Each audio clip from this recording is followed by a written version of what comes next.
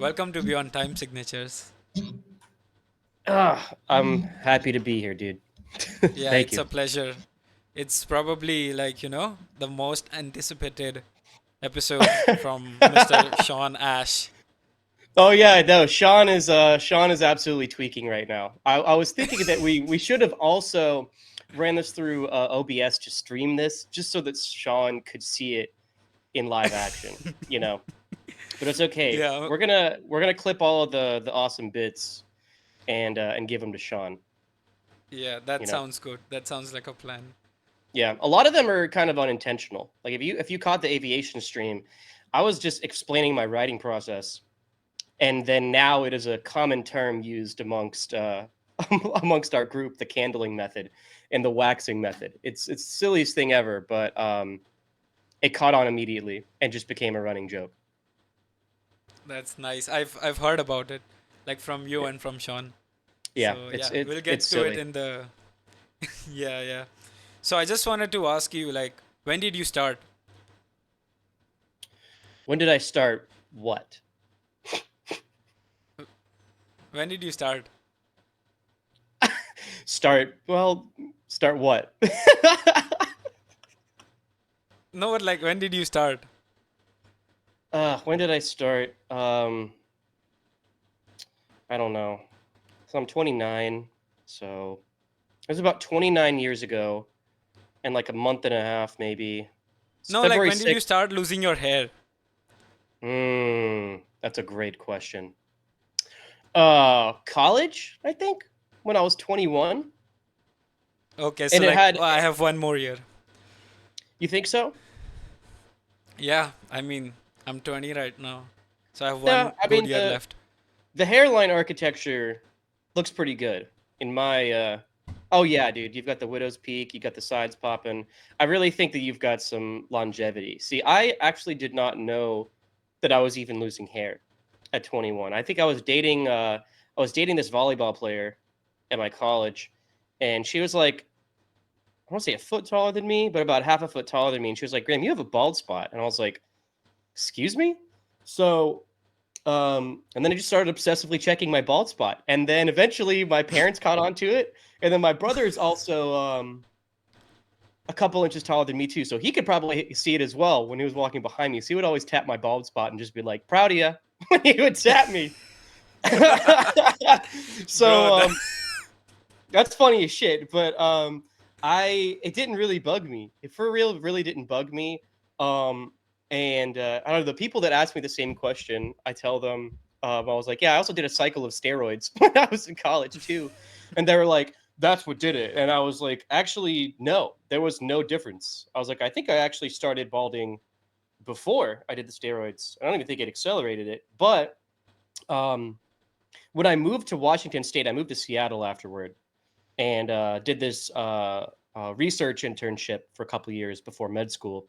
And that is when my hair started falling out. That was quite stressful. And that working in a professional environment and not knowing anybody and being in a new city that I've never been in, that was a little bit more stressful. And I think that was probably the hair loss. And so then I was like losing it off the top of my head too, and beginning of my hairline. So then I was dating this girl in Seattle, and I was just like, it was an everyday conversation. I would wake up, I would look at myself in the mirror and say, "Fuck, I have to do this. I have to shave my head at some point." And I don't know when. And then I guess one day, I guess it was during COVID, I think. Where you're not even going outside because in Seattle they were just like, "Stay inside." And there's policemen texting you, being like, "This is a citywide warning. You better stay inside." Um, I was like, I have absolutely nothing to lose now, and if the world goes into shreds, I'm not going to be up all night worrying about if my hair fucking looks good or not, because it never did what I wanted it to, anyways. I wish I had curly hair. I had like somewhat wavy hair. I kind of had hair like yours. you like Sean So Ash? no, dude, I wish I had Sean Ash hair. He needs Yeah, to, he me needs to too. grow it even longer past his waist. So yeah, I was just like, you got to shave my head, and then she did it, and I was like, wow, nothing changed. So that's good. Now I'm just Yeah. now I'm just the bald guy. No, I mean, you could have told everyone that P2 inspired you so much that you started acting like Nolly. Yeah, the intervals wasn't it wasn't the right time sync. I actually just started listening to Periphery like in Oh, last August. In last August, I started no listening to shit. Periphery. But Yep. really? Yeah. So like Yeah. how does it feel like being on the like a newer side of like Periphery fan? Like what was like your initial thought? Like obviously because you must have heard it for a long time. Like oh why is this band like so hype? And then when you Yeah. started actually listening to it, like what was the first song that you listened to, and like when did you eventually start getting into like the core Periphery songs? So you're right. I heard about Periphery for a long time from people, and it was a band that I never really got into.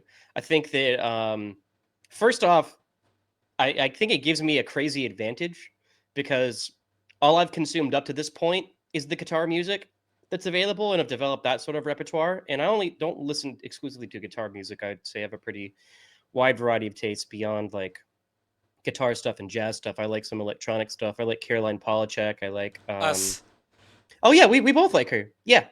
So I don't know. I've just got a lot of production things floating around in my head that people that have listened to Periphery for a while and just listen to riffs and metalcore don't maybe have access to.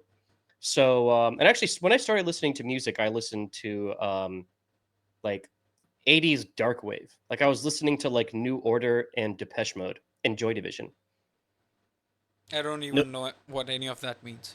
yeah, and then after that, I started listening to indie stuff like Beach House Okay. and Wild Nothing. So like not guitar music. It was very synth driven, beat driven, like vocally driven music with like way more production with layers. And I think that when I'm writing, I use layers a lot. And I use a layering sort of strategy. I use sort of a layer sandwich. You know, we can talk about that later. But as far as the Periphery stuff goes, yeah, I just avoided it because I didn't like Spencer Sotelo vocals. I heard one song and I was like, this is garbage. I can't stand the vocalist. Um, so Joe is like Periphery re-algorithmed, and I was like, dang, how do I get good at riffing? And he was just like, listen to Periphery. That's it. And I was like, but I don't like them. He was like, okay, well, don't then. So instead, I started getting into novelists. I like novelists a lot. Oh, Yeah, novelist is great. So that was the first sort of riff band that I got into next to like Era, because I'm from Birmingham and Era's from Birmingham, so those are sort of my hometown heroes. So I really like Era. I really like Augment. Augment is my favorite. oh yeah. Yeah, and I try and model a lot of those riffs in my playing. I need to just start making more 7-string riffs, but um, yeah, it was right around in October, I think, when I was doing my OB-GYN clerkship, and I had a lot of free time afterward, and I would just, there was a trail in the apartment that they put us in to live there temporarily for a month and a half. And I just was like, fuck it. And I was like, what album do I listen to?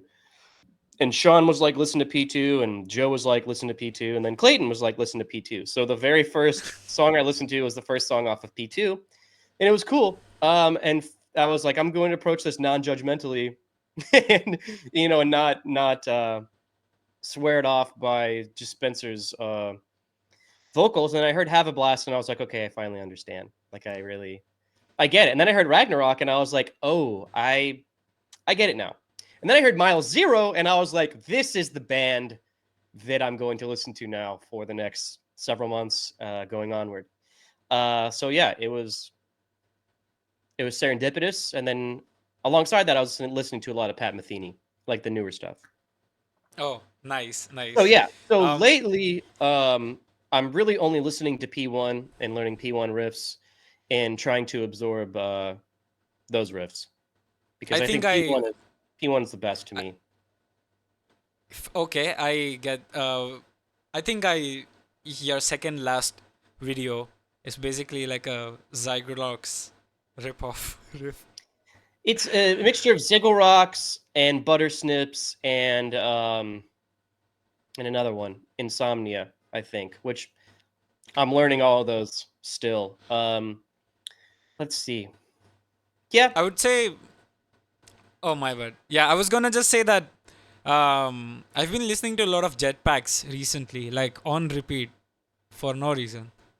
Jetpacks is a good song, and Jetpacks is also pretty easy to learn as well. I would say the hardest one is probably either Ziggle Rocks or the parts from Insomnia that don't repeat, like the beginning. You just have to memorize that, which kind of sucks.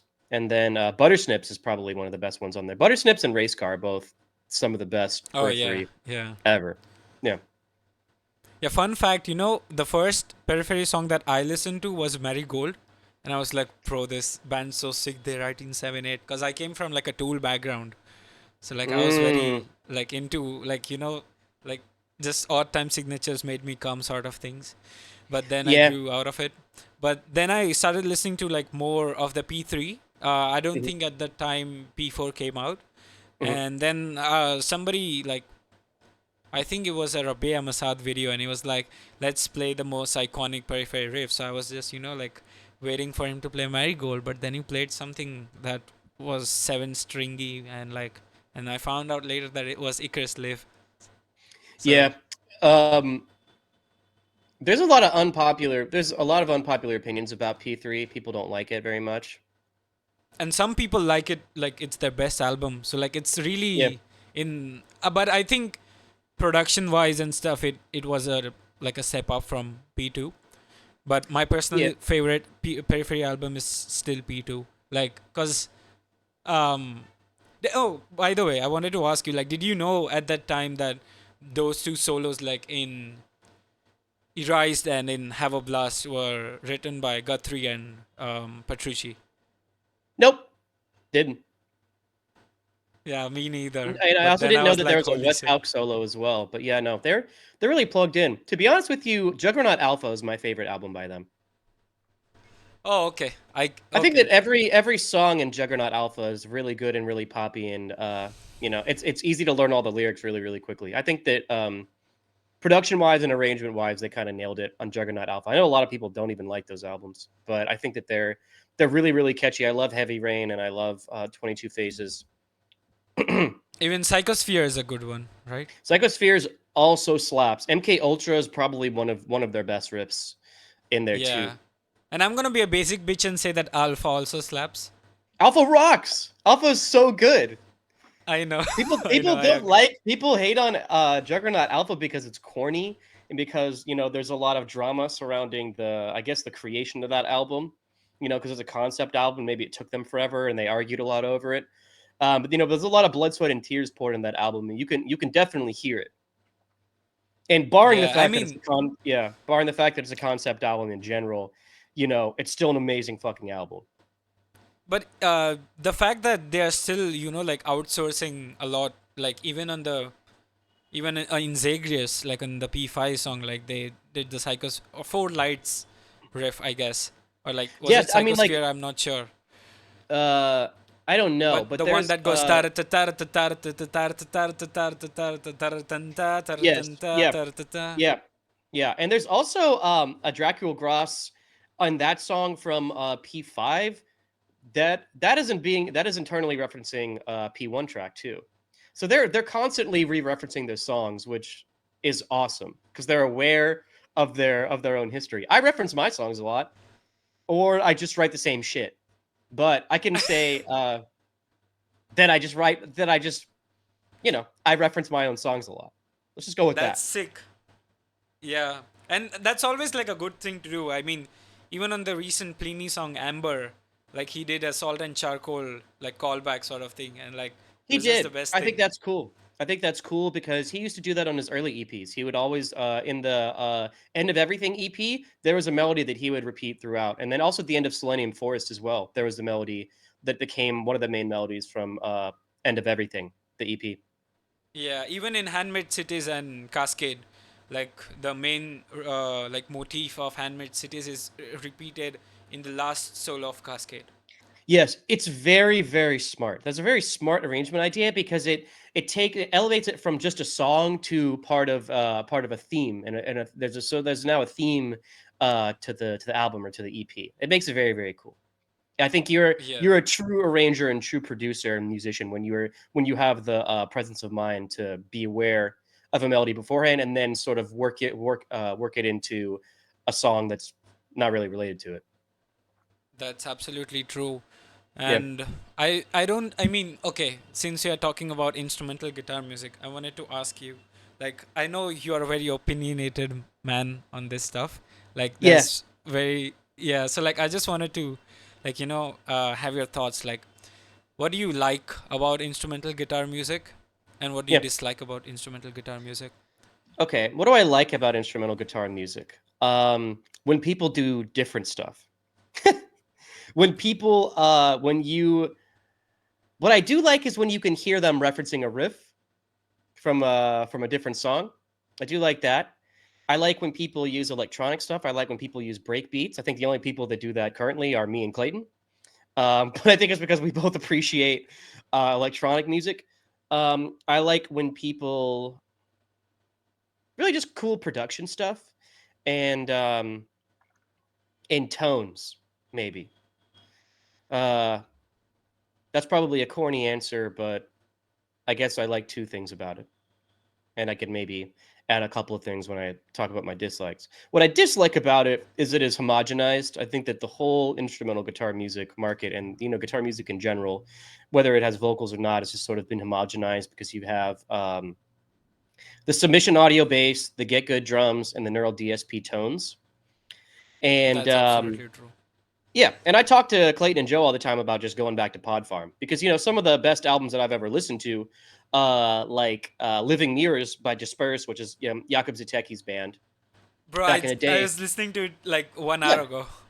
it was that was Pod Farm, and I think it was I think those were live drums, but the guitars were Pod Farm, and it also there was just the mixes weren't hyper produced, and also the mixes weren't homogenized by the same mixing engineer and same mastering engineer. So when you go back and listen to guitar music and gent and metalcore and prog stuff from 2010 to like I don't know 2016, there's a huge difference in production, mix, uh, presence wise and dynamic wise than there is now. I feel like a lot of mixes are very, very squashed. And also the bass is pushed to the very, very, very bottom. But I know that there's, nowadays maybe an emphasis on like locking in your bass, but I really feel like that's sort of an amorphous, like, what's the word? Like esoteric term that mixing engineers kind of gatekeep because they don't maybe even understand what they're doing well enough to explain it to an audience that is juvenile to the nuances of mixing engineering because they're masters and we're just kind of beginner to intermediates at this stuff. So it's homogenized and it sort of just lacks flavor in Dynamics? general. Yeah, maybe lacks dynamics. I think the mixes are just they're whatever. So I don't know. I mix my own stuff, and here's kind of what I'm getting at with the whole like everyone uses Simon Grove to mix or Adam Bentley to mix, and then they send it off to Ehrman.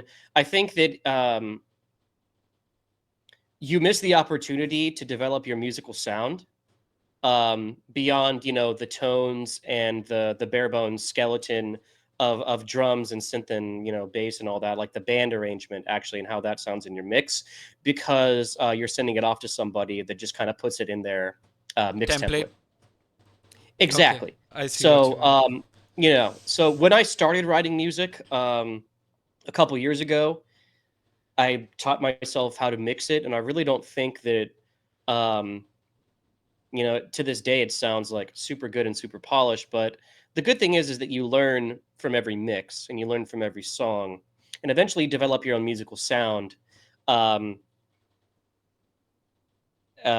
Beyond, I guess, the band. So like your mix is part of your musical sound and your mastering is part of your musical sound. And like I like bass heavy mix, you know, and I just don't really hear that. And maybe it's because my speakers aren't calibrated well. Maybe there's a resonance in my desk table that that's there that that I like the sound of. But I personally I love the sound of my mixes because they're very, very bass heavy, and I like the jam. I like riffs that are very, very bass heavy. And I guess I like electronic music. And electronic music, I say electronic mucus is disgusting. Electronic music is also pretty bass heavy, and the bass is a focal Yeah, point of the music because that kind of drives rhythm and drives the backbeat of the song. Uh, definitely, definitely. so yeah, I feel like modern guitar music is very homogenized, and everyone's just trying to copy Tosin or intervals. Everyone's just trying to copy their favorite band. But my favorite bands are like pop punk bands and metalcore. I like Silent Planet, and I like the production that they've been doing on the recent album. So like, I don't know. I like more stuff than just guitar music, and I feel like you're able to hear it in my music better than other people's music because to me it is glaringly obvious when you hear a song and all they listen to is Polyphia. You can hear it because it's in the tone, it's in the articulation, it's in the geometry of the riffs.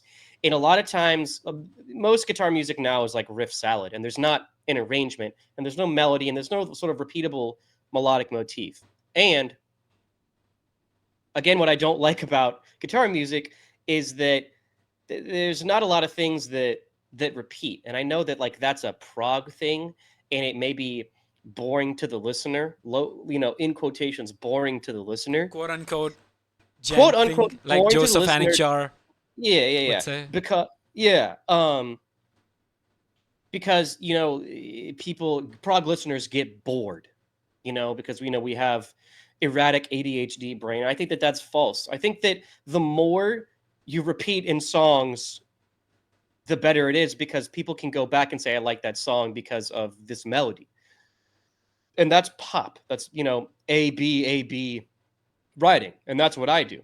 And it makes it more memorable to me personally, because if Yeah, after I hear a song, my philosophy on this is after I hear a song, I can hum the melody. That is a good song. That is a good arranged song. If I can't hum the melody and I just go, what the fuck did I just listen to me, that's not a good song. Maybe the riffs are good and maybe there's some couple of catchy things in there, but it's you memorable. know It's not it's memorable.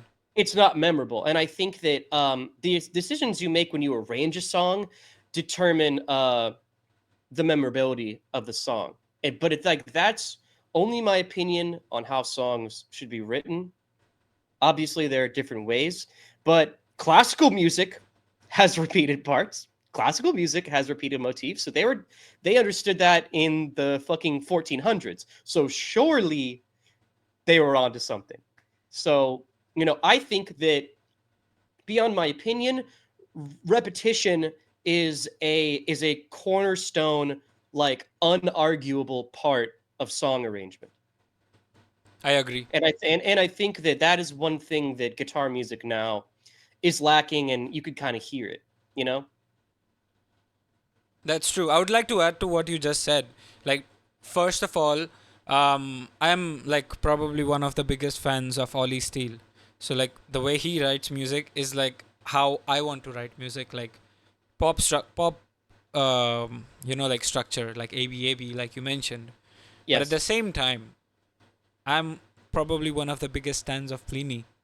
So like it's always like a conflicting thing for me because I mean, I still don't know like how Pliny writes what he writes, but he definitely doesn't follow a structure per se because it's nothing like obviously like there are motifs that are repeating, but there aren't like proper parts that repeat. Like you can say if he has verse one as a clean section, he'll have the same motif in the verse two, but as a rhythm section per se.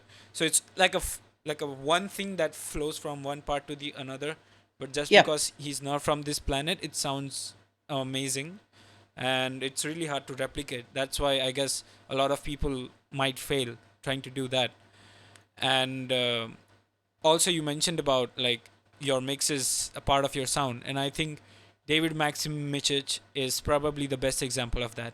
He does his own mixes, and it really shows in his mix. Like I would say if you listen to his song DX2 is me, like you can actually feel the bass, like it Yes. doesn't sound like programmed at all. Yes. And few of my friends who are mix engineers, they can tell straight away if something is gin bass or not. So like it's it's really amazing. I still don't have the ear for that, but like the fact that people can make out even with the bass being, like hyper realistic according to the companies. Yeah. So yeah.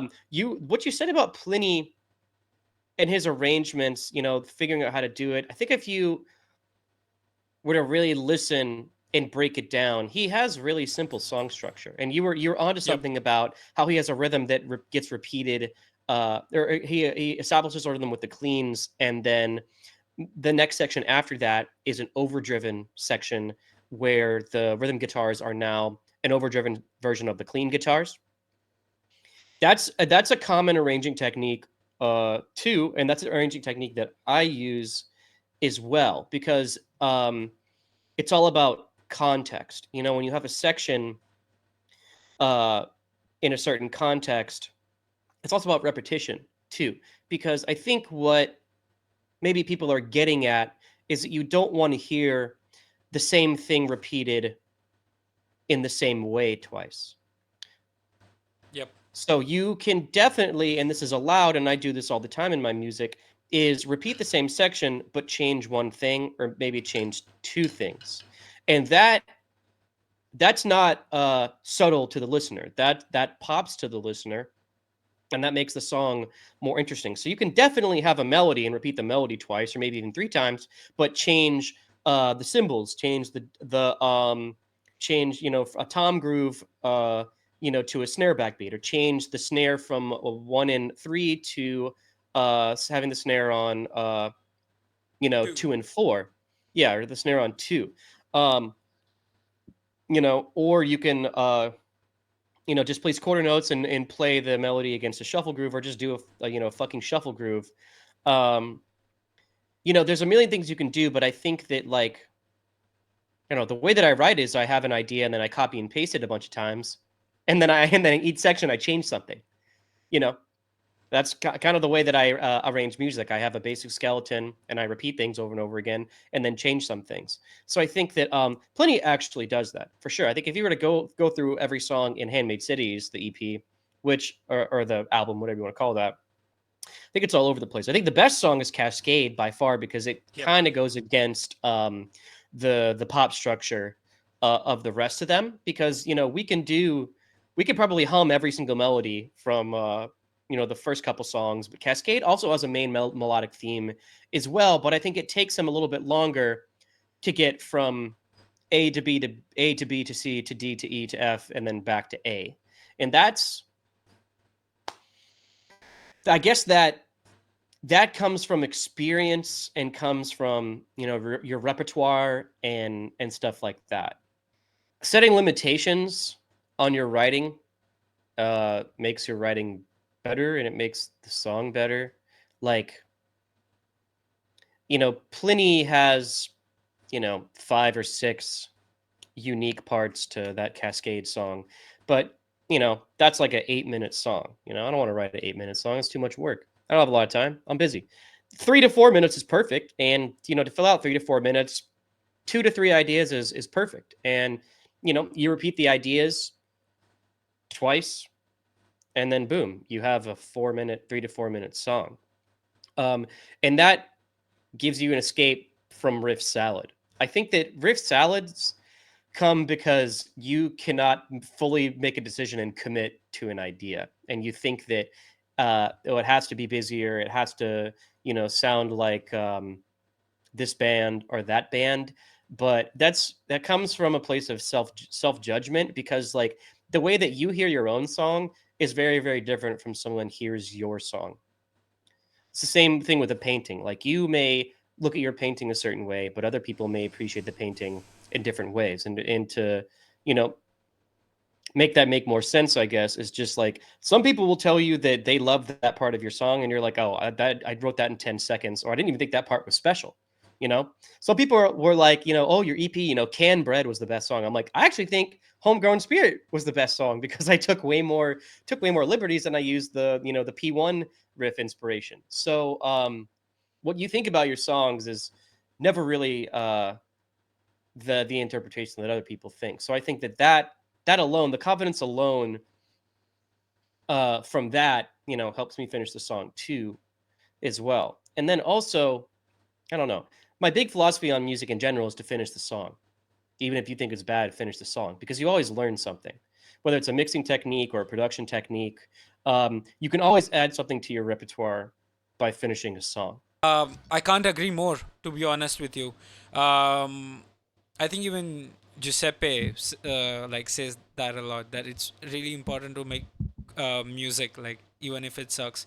And I Yeah, think I'm a strong believer of that too, because yeah, I really like, everything that I've been posting on Instagram since October. Every single thing has been done in a single day, like yeah, writing, recording, like shooting, and like so. And I don't really have any intentions of like this being the only body of my work that's gonna represent me, because I wanna be away from that. Like a particular piece of music doesn't define who I am as a person. It's just a piece of music, and the more I'm able to detach myself from it, the more I'm like cool with trying out new things, and like writing more effectively in a for way. sure. Yeah, I think that the more ego driven you are about writing music, the less music you will have out, and the less music you will finish. That's Um, so true. yep, yeah, yeah. I mean, I know people that have full albums of the best music I've ever heard, and they won't put it out and they won't finish it. Same. I was actually working on a project last year, like early last year, and like it was like every single time. And I think I would like to also like just say that a lot of people that post teasers of their songs just to like and they end up losing the drive that's required to finish a song. Yeah, That's something that I've noticed a lot, and that's what happened with a project that I was working. Like every single time there was a new updation on the song, it went out on the story, and like yeah. that we are working on a song and stuff. And I was Oh like, yeah, let's just finish the song first. It's not yeah. You're Let's not be ruining in the a hurry song. to like. Yeah, you're Yeah, giving the yeah, song away. exactly, You're literally giving the song away. exactly. Yeah, Yeah. and that's what like sucks, because then because for me personally, the main driving force is to like surprise people. Yes. And if I just give away, then I'm gonna get the gratification that I was gonna get after finishing the song. And then it's just like, okay, now people know that I'm gonna finish the song, so it's not gonna be that like important if I finish it late. Is Yeah. what subconsciously goes through your head, and it sucks. I think nobody should do that. I mean, like, shut your mouth up. Like, just finish this song. Yes. Just stay low key. Like just stay quiet. Do your job. Just finish it. I when I started playing guitar in in college, there wasn't a point where I wasn't writing. I think I picked up guitar because I wanted to write music. I didn't know what a major seven chord was until COVID. I didn't know what a dominant chord was until like COVID. So like 2020 ish. So I wasn't learning the chord qualities or any sort of music theory until about then. Where I had all that time to just hang out at home and practice music. So like I was always writing music, and I would say that I'm an ear based player. I don't know the fretboard. I um, can almost say, like, because before hopping onto the call, I was just looking through your Instagram profile, like just to get some insights and stuff. So like yeah, I saw like most of the stuff that you were playing like back then was like ear training stuff. Like, I mean, Pliny songs, like Tim Miller transcriptions yeah, and that's all I stuff did. like That's that. all I Yeah, did. Because I have a jazz book, jazz music book, in the first line, in the first page by I think it's by Wes. It's a quote by Wes Montgomery. It says, "If it doesn't sound like music, don't practice it." that's true. Yeah. That's So I true. don't run scales. I don't really uh run permutations of scales. The basics of what I know on guitar are what sounds I want to imply, and I think that's the more important part when it comes to writing music is sounds you can access, and to some degree, knowing the fretboard helps you write more dynamic lines. If you go from one octave to another octave to a third octave, but I think more importantly, as long as you understand sound and chord quality and the color of the type of music, I think it's more important, and that kind of gets you to the atmosphere that you sort of want to imply. And to some degree, there's some music theory. Like if I wanted to, imply Lydian, would I play a sharp 11 chord or would I play a triad over a bass note, like that kind of thing. It's sort of a different vibe. If I wanted to play, wanted to do like a Lydian dominant song, would I do a triad over a bass note, or would I just play a dominant chord? It really all depends on the arrangement. And if you know the upper extensions of the chord and you have a wider arrangement, you can play upper extensions of a chord not in the guitar. You can have a piano play it, or you can have a synth play it. So I guess that's where music theory comes in. But I think for me, I don't want to say that I'm unique, but I have a different approach because, I didn't start with music theory. I started with learning music. Yeah, I would Yeah. say like you're not unique. That's exactly what I did as well. Yeah. There's a lot of players that I think do that, and you can hear it in their music. People that started shredding and, running scales, and people that started actually learning music. I think that you could hear more musicality in their leads, and you can hear more interesting stuff in their production too. But again, like, I don't think I'm unique because I started that way. There's sure plenty of people started that way, but I approach things differently. I don't think it makes me any better or any worse. But again, it's just like my approach is different, and my tool belt is a little different. And to add to that, I'm also starting to do fretboard work, so I'm not neglecting it. I'm totally open to identifying the gaps uh, in my knowledge, and I think that learning the fretboard is really important because it does give you access to more sounds. Yeah, I agree. But here's the catch. I mean, you can't uh like let's say go about first learning the fretboard and be like, oh, I'm gonna first learn the fretboard, then I'm gonna start writing music. Like I don't think that's how it's supposed to go. Like the No, only thing that fretboard visualization helps is with options and like to access more sounds. And secondly, in improv, like let's just say if you're in an improv setting, that really helps a lot. But if you don't know how to play music in the first place, that none of that stuff's gonna matter. exactly. So transcribing and learning lines and learning songs is kind of where that comes in. And I will say that once I started learning riffs, my arrangement and my songwriting skyrocketed, like it 10x'd, literally. So, if I were to coach someone on how to learn how to write music, I would say learn music. Forget fretboard stuff. Just, listen to music and consume music and then copy it, because I think that saying music is derivative is sort of a cop out because All art is you know, derivative. all art is inherently derivative. You know, it just comes from your psyche, and your psyche is composed of all the things that you've consumed up until that moment. So, it's very rare for musicians to create something that is totally completely unique. It's possible. Um, and sure, it happens to you and it happens to me, but for the most part, like there's some subconscious elements of derivative in the music, and that's completely fine. There gets to a point where it isn't fine, and that's when you have people doing riff salad that sounds like polyphia. I think everyone is in agreement about that, and you can hear it. And I'm not naming any names, but there's plenty of artists that do this, like sort of like gritty, clean, hyper compressed, twinkly guitar riffs with a trap beat behind it, and that's just it's lazy, bro. It's just lazy. Yeah, and but I think that sounds dying for some reason. I don't hear many people do that thing that often in Thankfully, 2024.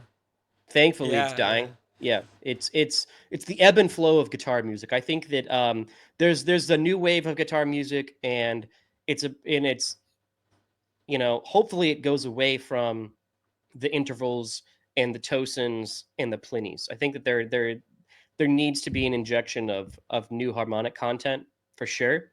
And I think that people like Dylan Reevy and people like Low G and people like Joe and even Clayton, and myself included. I want to include myself in that as well, and you and Jordy and all these other people that we talk to online are sort of the next generation.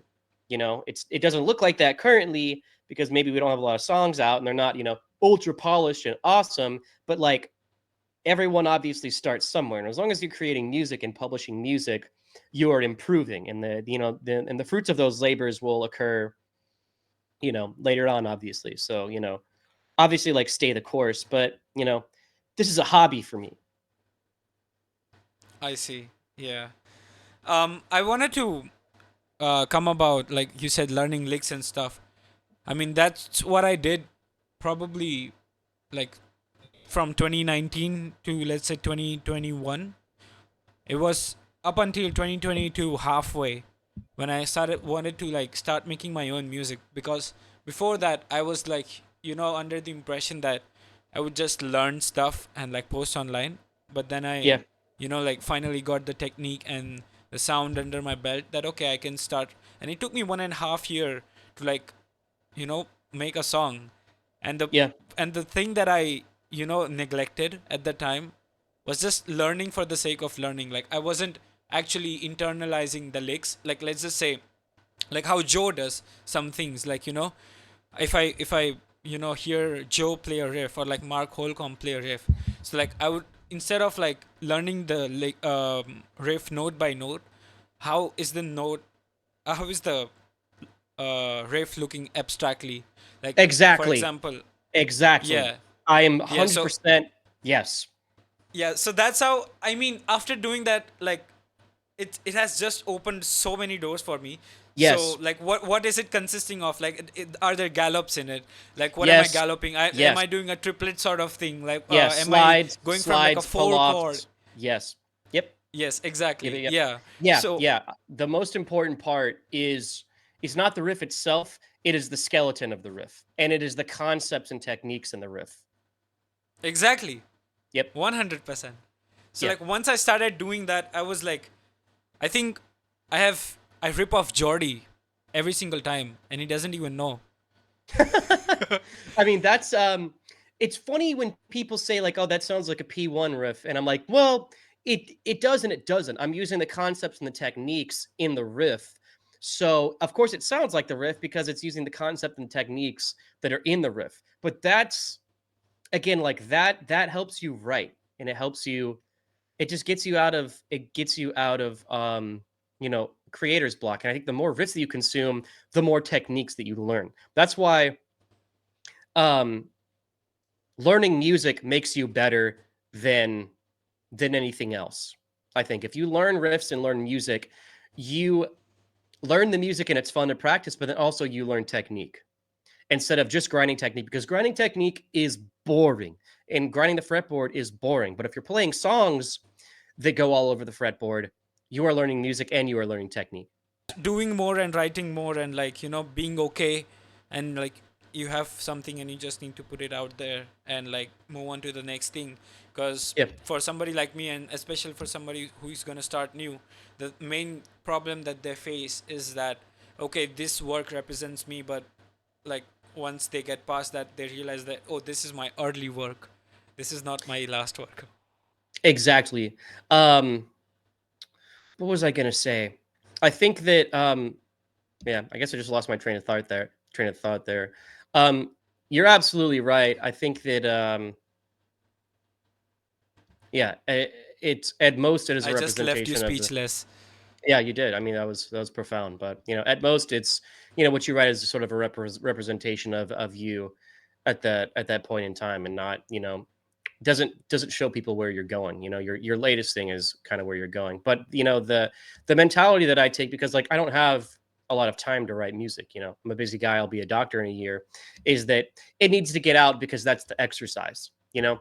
Writing music is just an exercise to me, and that's why I don't really have a lot of attachment to it. But then also, like, when I started learning guitar, I started writing music at the same time. So again, I think differently about it, I guess. And it would be maybe different if music was a career and there was a little bit more pressure to push boundaries because I want to make money out of it, versus just having it out there for people to listen and being like, oh, Graham writes music, like, wow, I didn't know that. I kind of like this song that he wrote, you know but you know I guess because you and I both approach it from a hobby mentality, it means less. Therefore, there's more room for improvement because there's less room for judgment. Exactly. But Yeah. even full-time artists, should also adopt that mentality as well, you know? And Yeah. it does And I come think from confidence. I'm Yeah. sorry. I Yeah. think yeah, no, you're good. You're good. It does come from confidence. I think that when you finish your song, you get the confidence to finish another song. Yes. That's Yeah. absolutely true. And I wanted to ask you like about that. Since you don't get much time, so like how, so like when do you have like school and stuff? Like obviously you would wanna think about writing music, but obviously you can't because of that. So like how do you satisfy yourself? Like Uh through listening to music, and I'll tell you this. Um there are parts of Canned Bread and all of Slingshot were written on an acoustic before bed. oh I would wow, I would play. I usually play when I was doing an internal medicine clerkship in December, and I was just messing around. And there's a Catapult is in this open E major 9 tuning, which is what Wax Wings by Periphery is written in. And I was messing around in that tuning before bed for a couple weeks, and Slingshot was completely written, in these 30-minute spurts before bed, because I don't really read books. I just kind of play guitar, fool around on guitar right before bed. So I had written Slingshot, like the whole song, just on an acoustic guitar before bed, and it that's would just kind sick. of I would just play it to put myself to sleep. And then there are also parts of Canned Bread that were also written on an acoustic, right before bed. So I was like, why would it sound overdriven? So I had all the parts underneath my fingers, and I uh, wrote and arranged Slingshot in a day. And then That and then I makes sense. yeah, That yeah. I think yeah. it's one of the most complete, quick, energetic, and perfectly arranged songs I think I've written. And spoiler alert, I think I maybe sent this to you, but Sam is actually doing vocals on that, and then Sean is doing the I solo. know. Yeah, and then Matt Harnett is doing another solo at the very end. That's So fucking nuts. yeah, I just have to mix it and retrack some of the guitars. But on the next DuPont core, on volume 2, or I might just have an EP with a completely different name, or I could release it as a single. I don't know. But the next version of Slingshot will be called Catapult, and Oh wow, yeah, and it'll have vocals and some more solos on it. So I'm excited bro. about that. Yeah, I That's want. so sick. Yeah, I mean, like my songs, they have the pop structure. They deserve vocals on there. I think I am not a guitar music writer. I'm a guitarist that writes music, and it needs vocals on it. You know, because if you're writing A B, fucking put vocals on it.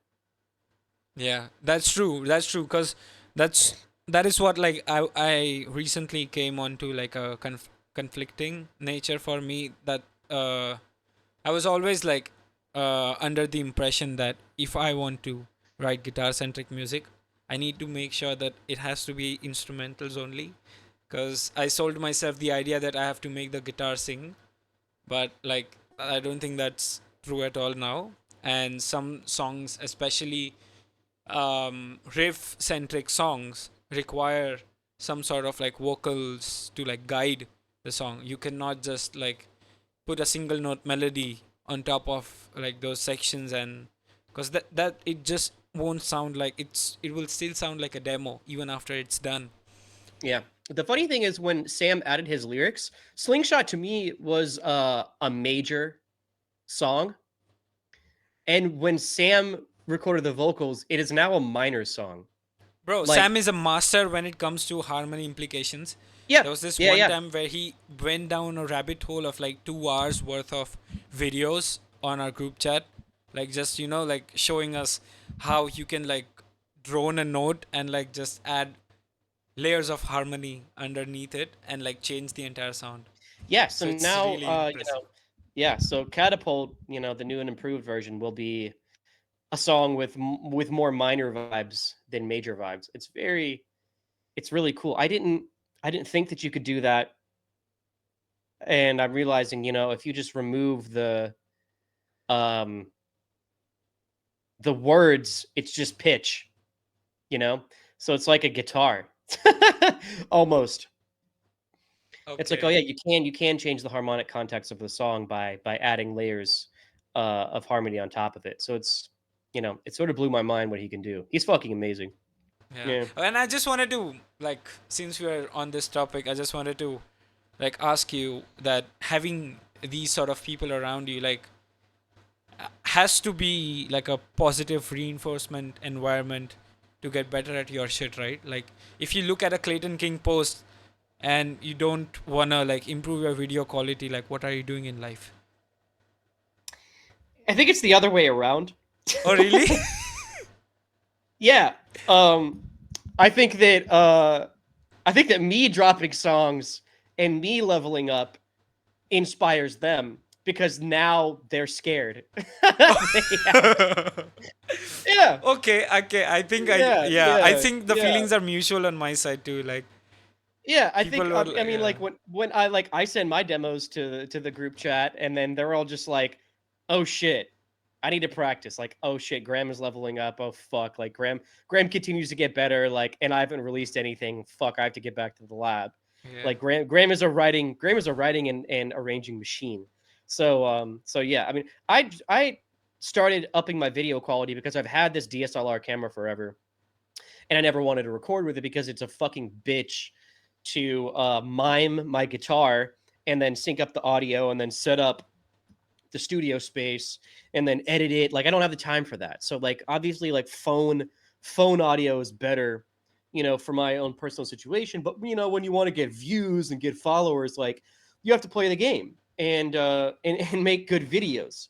So and obviously you learn by learning and learn by doing it. Um, but yeah, like I learned from Clayton, mixing wise, and I've asked Clayton questions on video production, and I've learned theory and harmony stuff from Joe. I think it just helps being in that environment because everyone makes everyone better, and not everyone's ego is so stuck up that they can't um, number one ask for advice from other people, and then number two, offer healthy constructive criticism for other people too. So I think that all the people that like I talked to every day, like Clayton and Sean and Joe, our egos like aren't fragile when it comes to music, and we're open to criticism, and we're also opening to getting help and helping each other. So I think that that's kind of how we make each other better. That's the best thing that can happen, and I'm lucky that that's the case with Yeah, me too. And yeah. Now yeah, with the upper stratum of Prague, everyone's kind of a gatekeeper, you know, yeah, and they want you to pay for it. And, they're not presenting anything new. You could just kind of listen to their music and learn from their music. But, it's different because they're trying to hustle versus us, just trying to get good for, by the virtue of just, wanting to do something and getting good at it, yeah. And I think being an underdog and being the person like that people don't really keep expectations from is the best thing that can happen to me personally, because then I Absolutely. get to be fearless, and I can do like shit and like not have the fear of being like judged, like Exactly. if I Because, were, like, yeah. yeah, you don't have enough music out for them to be like, he's washed. you know? Exactly, yeah, Like the world is our oyster. The new generation of guitarists, like the world is your fucking oyster. If you have 4 songs out, you have a Mount Everest level elevation for improvement because you're just starting out. You don't have a sound yet. You don't have a label yet, and you don't that's have true. a vibe yet. So you can explore as much as you want to, and you're not locked into your milieu as much as other people are. You don't have to have a fucking image to keep up with. You can kind of develop your image and see where it goes. And it is amazing to be an underdog. And I wish I could just be an underdog forever, you know? Me too, me too. Yeah, because the less people I got to deal with judging my shit. Not that it matters, but you know, the less time I got to be on my phone and answer comments, the better. Yeah, and I think like that what I used personally to leverage, because like I've been making videos non-stop for 4 years almost at this point, and like haven't even got to like 1,000 followers, but I can Yeah. almost name every single person who views my story on a daily basis. Like Oh that's yeah. just me being like a chronically online person. But the point of the matter is that uh, I have had the liberty of like not enough people giving fucks. So I've took that liberty and did whatever I wanted to do. And now Yeah. after these many years, I meet a lot of people that never commented on my posts or like liked even in real life, and they'll be like, "Oh, dude, you are doing so awesome," and etc. etc. And I was like, okay. So like you do Yeah. see it, but like you just don't care enough to like shit and stuff. Yeah. Yeah. It's I mean, all press is good press, but Yeah, I would say the one thing that I care about most is probably the day ones, the people that just first started following me, the people that, reach out to me personally and I reach out to them. Like that matters more to me than, having 10K followers is, yeah, having like you and Jordy and Sam and maybe Ben and Joe and all them. Like I'm fine with, my follower count as long as, I have a good community. To me, it's more about community than it is clout chasing, I guess. hands And down. yeah, yeah, and the clout comes when the algorithm picks you up, but like never lose sight of your day ones and where you came from. And I think the best musicians and the best people um, are aware of that and have that in their philosophy as they lead, because it doesn't make them stuck up, and it can only open up more opportunities for you. If you think that you're better than somebody else, you won't learn from them. And whether they're bad or they're good, you can still learn from them. You can play a set with a really shitty drummer and still learn something from the shitty drummer. That's true. Yeah, Yeah. and just the point of like having those people and like making music or like just like exchanging ideas, and like you connect to them on a personal level. And Hmm. sometimes like I would say like at this point you probably lose sight of like how good Joe actually is at guitar just because he's a good friend of yours. I see Joe as a person that plays guitar. I don't see him as a guitarist now. Yeah, exactly. And that's really like interesting, like how you connect to someone on a personal level. I'm gonna like do a sort of like a self promo thing and say that I wrote a song with a Swedish friend of mine, and like he's like a big shot, like upcoming Buster level, like Thal slash like the aggressive core that's going around. And I come from like a like a harmonic, like a more prog setting, and we wrote a song together. And just like how you and Clayton bonded together, we bonded on Ben 10, and our song's called Wilgax. Oh, yeah, yeah, yeah. Yeah. And you I know know what you're how talking about. did we write the song? One bar at a time.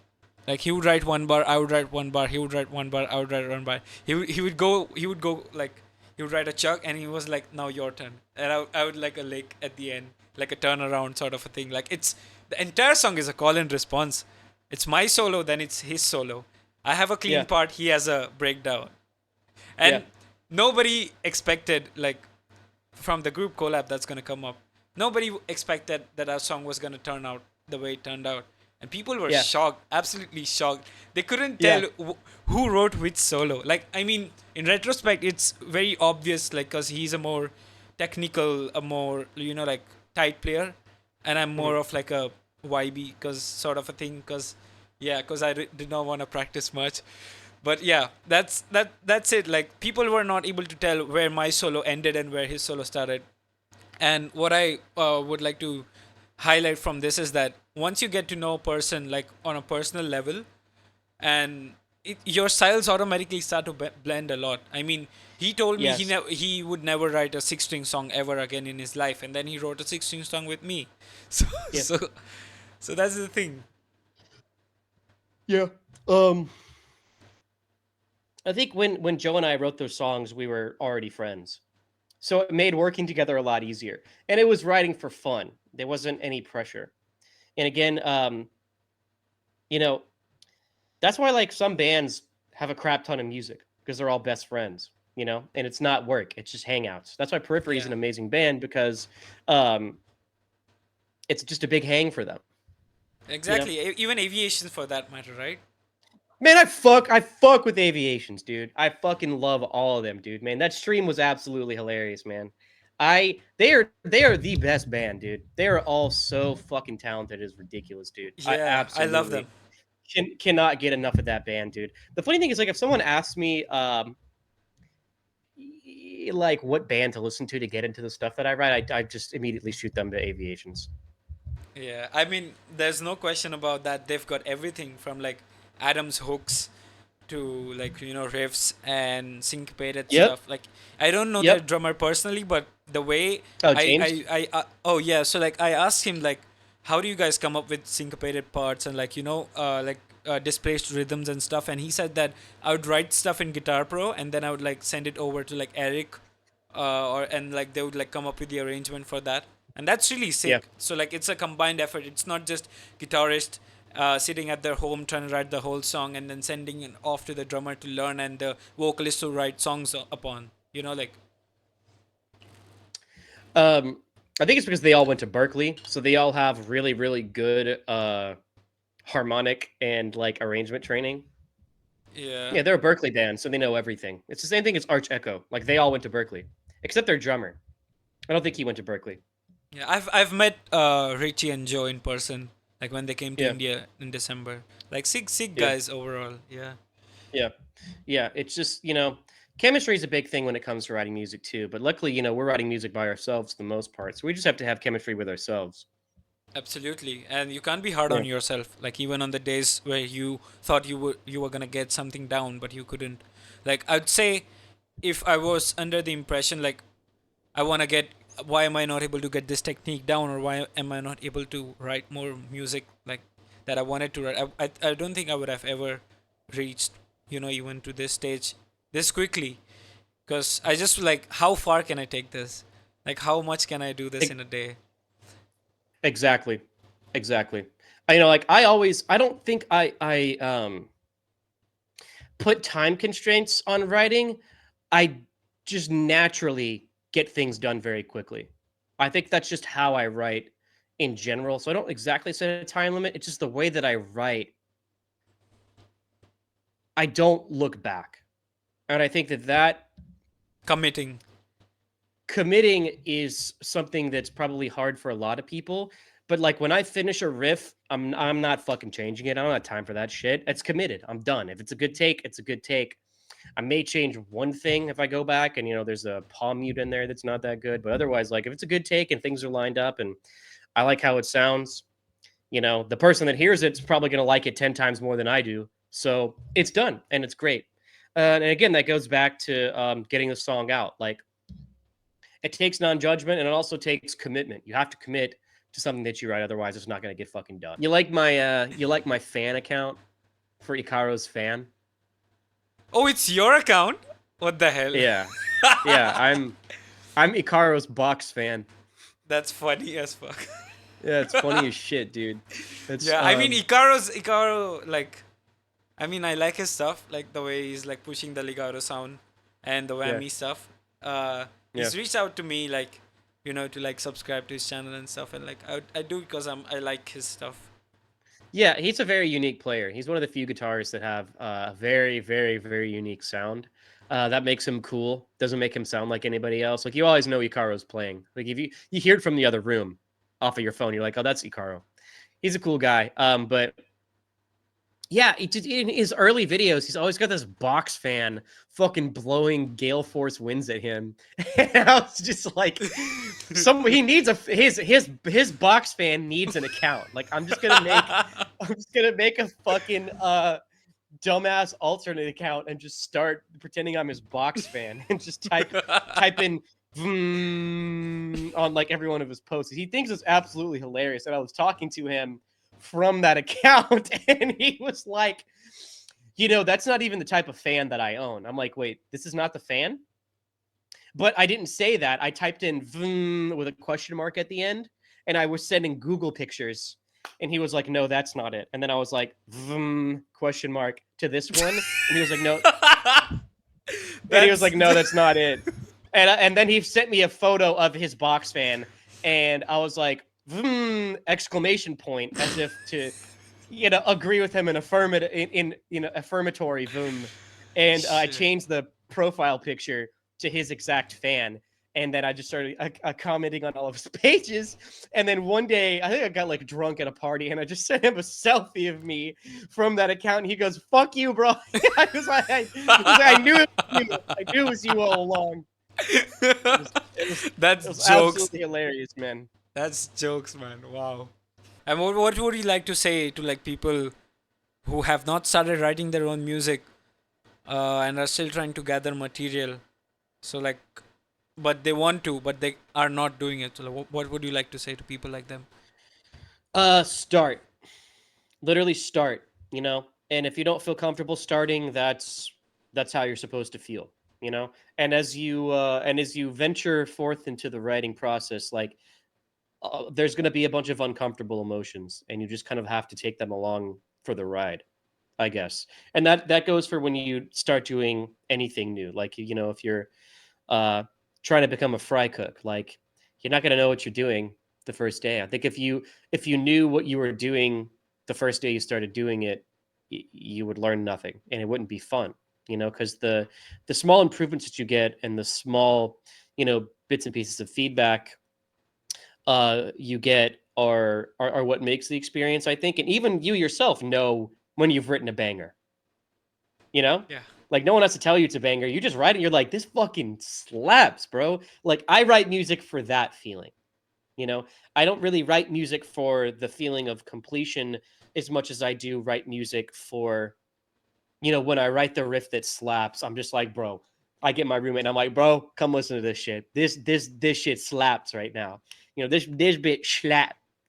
So yeah, eventually, every artist is gonna write that one thing that just fucking slaps, and that's to me what uh keeps me going. Yeah. It's To it, find but your it's like, electric sunrise. yeah, you gotta find your electric sunrise, and like, you're never gonna be perfect, and maybe 90% of the stuff you write is bad, but the other 10% stuff you're okay with, put that Yeah. out. But also just, if you're going to start something, finish it. It's all about completing and moving on to the next thing, because you can always learn from the song. And if you don't finish it, you're not there's less stuff for you to learn. I will say, even an even more applicable piece of advice is in that SpongeBob episode where Patrick wants to win a trophy.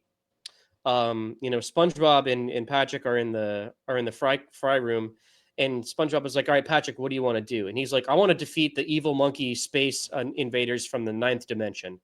And SpongeBob is like, "Think smaller than that." And Patrick is like, "Okay, I want to defeat the evil monkey space invaders from the seventh dimension." And he's like, "Smaller." And he goes, "Something something something first dimension." And he's like, "How about we just open this jar of pickles?" Bro, And who would have that thought you is you can get schooled by SpongeBob like that? Fuck. and he got schooled by SpongeBob, but SpongeBob has a point. It's just like, you can't write Cascade as your first song. You have to write Hot Cross Buns as your first song. That's how it works. Yeah. That's exactly how it works. And you don't know. So you have to write Hot Cross Buns, and you have to deal with how bad Hot Cross Buns sounds. And eventually, you can defeat the evil monkey space invaders from the ninth dimension, but you have to open the jar of pickles first. And that's the part that you need to clip, because that is fucking hilarious.